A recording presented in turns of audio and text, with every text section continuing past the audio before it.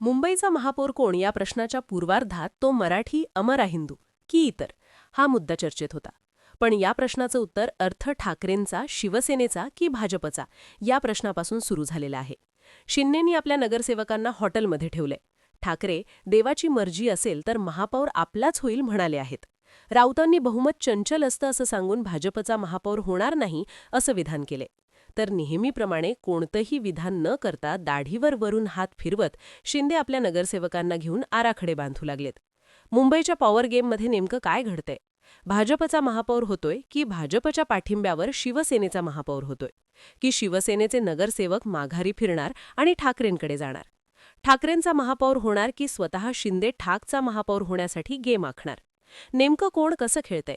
मुंबईच्या राजकारणात नेमकं काय घडतंय? समजून घेऊया या व्हिडिओतून. नमस्कार, मी अमर. तुम्ही पाहताय कनेक्ट महाराष्ट्र लाईव्ह. संख्याबळ आहे एकूण 90 जागांवरचं. भाजपला आपला महापौर बसवायचा असेल तर अजून 25 नगरसेवकांच्या पाठिंब्याची गरज आहे. अर्थात एकनाथ शिंदे यांच्या शिवसेनेचे एकूण 30 नगरसेवक आहेत आणि त्यांच्या पाठिंब्यावर भाजपचा महापौर होऊ शकतो. शिंदे वगळून भाजपकडे तिसरा पर्याय नाही. कारण ठाकरे, काँग्रेस या दोन पक्षांचा पाठिंबा भाजपला घ्यावा लागतो, जे अशक्य आहे. इतर छोट्या मोठ्या पक्षांची जुळणी करायची झाली तर यात काँग्रेस, MIM, समाजवादी असे पक्ष आहेत. त्यामुळे शिंदे आणि ठाकरे वगळून भाजपला तिसरा पर्याय नाही. थोडक्यात भाजप कोंडीत सापडला आहे आणि याचा फायदा आता शिंदे घेताना दिसतायत. आता शिंदे आपल्या पॉवर गेममध्ये कसे डाव टाकतात हे समजून घेण्यासाठी इतिहास पाहावा लागतो. राज्यात विधानसभेच्या निवडणुकीत भाजप बहुमतापासून जवळ आलं. अजित पवार हा पर्याय भाजपसमोर होताच. शिवाय छोट्या मोठ्या पक्षाची जुळणी देखील शून्यच. शिवाय राज्यात भाजपची सत्ता निर्माण करू शकत होतं. पर्यायाने शिंदे यांना इथे काहीच करता आलं नाही. लाडकी बहीण ही त्यांची योजना असली तरी प्रचारात त्यांना प्रमुख स्थान देण्यात असलं तरी भाजपने आपलाच मुख्यमंत्री पुन्हा विराजमान केला आणि शिंदे अडगळीत पडले. अर्थात जेव्हा भाजपला गरज तेव्हा शिंदेंचे महत्त्व या निष्कर्षापर्यंत शिंदे आले होते. त्यानंतर राज्यात नगरपालिका झाल्या. इथे भाजप विरुद्ध शिंदे असा सामना काही महत्त्वाच्या ठिकाणी रंगला. दरम्यानच्या काळात रवींद्र चव्हाण यांनी मात्र रिजनमधून शिंदे यांना मर्यादित करण्याचं धोरण स्वीकारलं. ठाणे, कल्याण, डोंबिवली इथूनही शिंदे यांना वजा करण्याचं धोरण भाजपने टाकलं होतं. पण शिंदे शहा यांना भेटून आले, आक्रमक इशारा देऊ लागले आणि भाजपने शांत राहून कार्यक्रम करण्याचं धोरण आखलं. यातूनच MMR रिजनमधल्या कल्याण, डोंबिवली, ठाणे अशा महापालिकांपुरतं शिंदे यांना मर्यादित ठेवण्याचं धोरण भाजपने स्वीकारलं. नवी मुंबईत शिंद्यांच्या समोर गणेश नाईकांना उभं करण्यात आलं. उल्हासनगर, मीरा भाईंदर अशा ठिकाणी देखील सेना भाजप एकमेकांच्या विरोधात लढली. इतक्यावरच हे थांबले नाहीत. ठाण्यात जाऊन फडणवीसांनी ठाण्याचा लाडका देवभाऊ असं कॅम्पेन केलं. अर्थात हे सगळं शिंदे दाढीवरून हात फिरवत पाहत होते. कदाचित मुंबईत ती संधी मिळेल याची जाणीव त्यांना होती.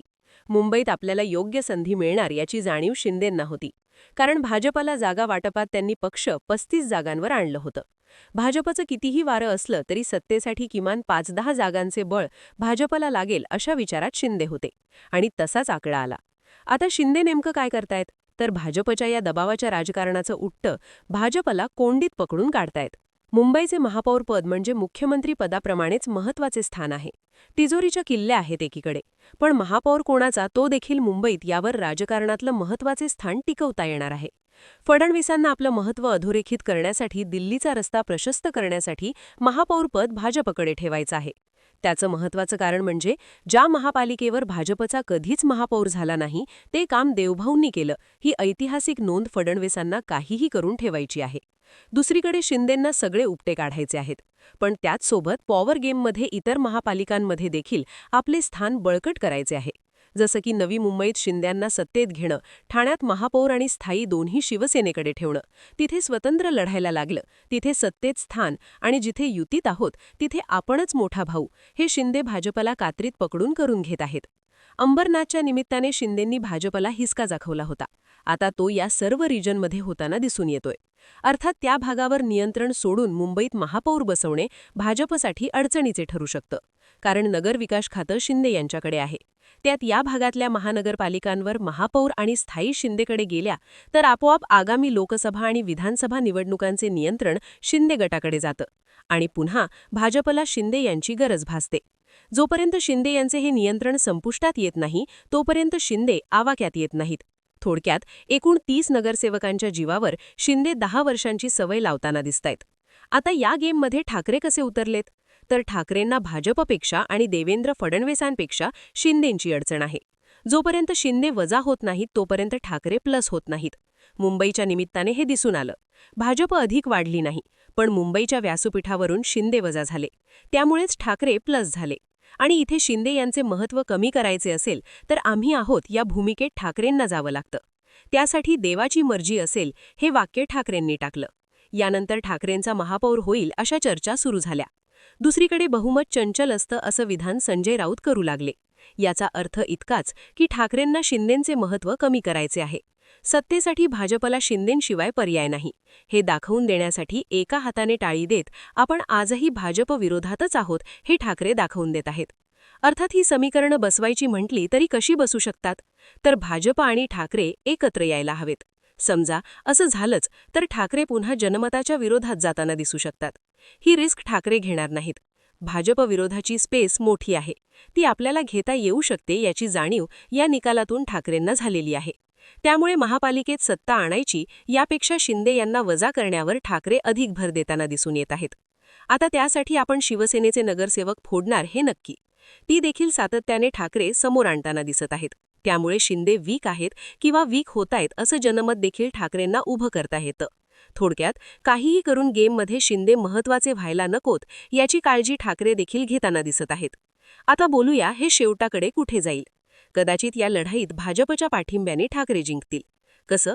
तर शिंदेंचे जे नगरसेवक आहेत ते ठाकरेंकडे जातील. यातून त्यांची बार्गेनिंग पॉवर संपून जाईल आणि भाजप सत्तेत होती, बहुमतात होती, पण भाजपवर पुन्हा अन्याय झाला म्हणून फडणवीस सहानुभूती घेताना दिसू शकतील. अर्थात असं होणार असेल तर ते भाजपच्याच पाठिंब्यावर होईल, कारण शिवसेनेचे नगरसेवक ठाकरेंच्या भरोशावर फुटणार नाहीत. त्यांच्याही मागे महाशक्तीचा जोर आवश्यक असेल. पण हे नगरसेवक थेट भाजपमध्ये का जाणार नाहीत? तर कदाचित नाही मित्रपक्षांच्या नगरसेवकांना फोडून सत्ता मिळवण्याची खेळी लगेच होणार नाही. त्यासाठी भाजप वेट अँड वॉचच्या भूमिकेत राहील. दुसरीकडे शिंदे आणि ठाकरे बॅलन्स साधत भाजप आपली स्पेस मिळवत राहील. मात्र ठाकरे आणि शिंदे ही समीकरणं बदलणार नाहीत. त्याचं कारण एक, वजा झाला तरच दुसरा प्लस होणार आहे. यात कुणीतरी एक संपणं क्रमप्राप्त आहे. अर्थात सध्याचा चढाव शिंदेंच्या हाती आहे आणि हा डाव काढून घेण्याच्या तयारीत फडणवीस आणि ठाकरे दोन्ही मागे लागलेत. आता या पॉवर गेममध्ये कोण जिंकतो हे पाहणं महत्त्वाचे ठरेल. तुम्हाला काय वाटतं? ही पॉवर गेम नक्की कोण जिंकेल? तुमची मतं आणि प्रतिक्रिया कमेंट करून नक्की सांगा. आणि माहितीपूर्ण व्हिडिओज पाहण्यासाठी आपल्या YouTube चॅनलला सबस्क्राईब करायला विसरू नका.